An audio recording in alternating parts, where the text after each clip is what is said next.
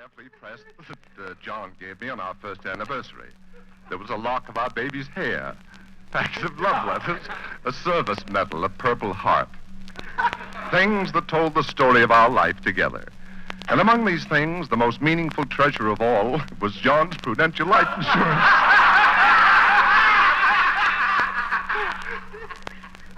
Now that he's gone, I'm reminded with each monthly Prudential check of his continuing love and care. I know that the Prudential will provide unfadingly for the years ahead because of John's thoughtful foresight. And friends, the Prudential makes it easier for a man to be foresighted. You see, he doesn't have to depend on time and long, slow effort to create security for his family. For the Prudential enables him to provide security immediately with a stroke of a pen and the regular payment of premiums. Can you think of a safer, surer, more convenient way to protect your family? And man, what they dream up today is unholy. For example, commercials on good old Stromboli.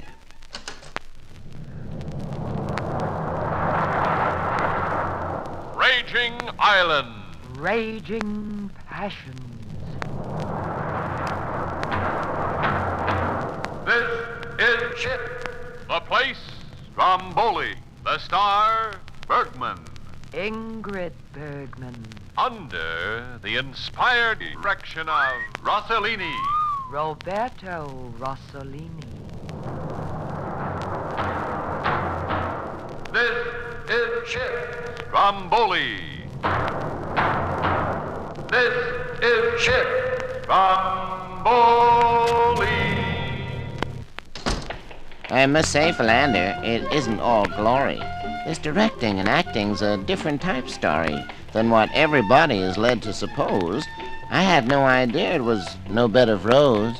I can tell from your facial, you're stoned like a sphinx. But you think you got problems. Let's cut in on Jinx.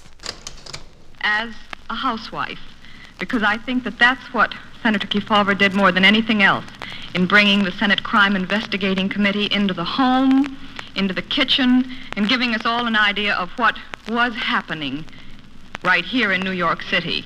And I know that luckily I was sick the first day of the hearings, so I spent 3 days in bed enjoying Rudy Halley.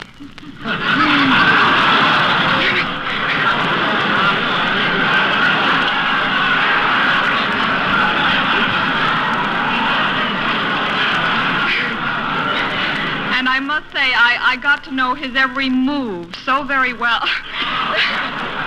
No. Hey, wait a minute. But no, what I meant to say is that I really, you know what I mean. And if you're a laugh boy, square peg, or ethereal, this mad, mixed-up monster, how it chomps up material. Your gag files together would scale at a ton. Example, Professor, here's Sam Levinson. My mother had one of those magic pots, no matter how many people came, she used to pull out chicken legs, One time, Mama got caught short. Disaster struck. Uncle Louie with 11 children happened to drop in by accident from Nova Scotia. He was just passing by. He left the ship in front of the door and dropped in. The mama appealed to the kids, and she says, "Kids, mercy, say you don't like chicken." What could we do? If I ever said that to my kid, he'd say, "I ain't giving up my chicken for nobody." So he's an uncle, I'm a child. Who comes first? Couldn't pull that on my kid, But we understood Mama, so we said, all right, we don't like chicken. We sat there while the invaders ate our food. I didn't say a word. I swallowed everything. I tore flesh from myself, but I went through with this thing. Then Mom pulled a butte. Ladies and gentlemen, you don't forget such things. I forgive her now.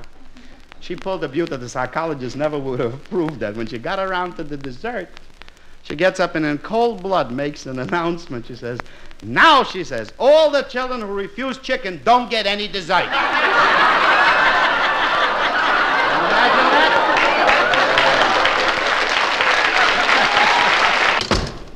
Let's try just one more. A show built around kids. Oh, what could possibly happen to cause flipping of lids? A kid's show sounds easy, real cool. That's a myth. Just listen what happened to Daddy-O Smith. What's your name, little fella? Kenneth. How old are you, Kenneth? 5. 5. Kenny, did you ever do anything wrong? I farted. I see. And you think they should get a spanking then, huh? No. Okay, thank you very much, little fella. And what's your name? Teddy Nowak. Teddy. And how old are you, Teddy? 6. And did you ever do anything wrong? I forgot what I did wrong.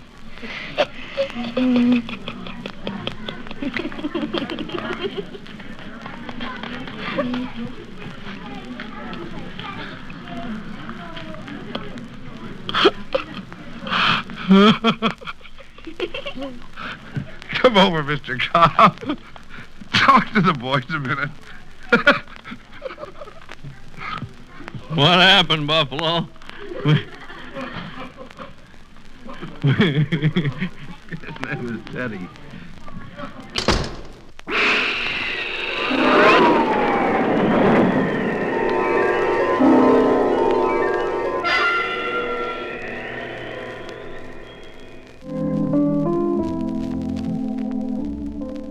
Yes, they toured every night spot. On every bar leaned, till the cages at Birdland closed up to be cleaned. Till Philander said, "Georgie, I'm afraid you're real gone." And poor Georgie just nodded and stifled a yawn.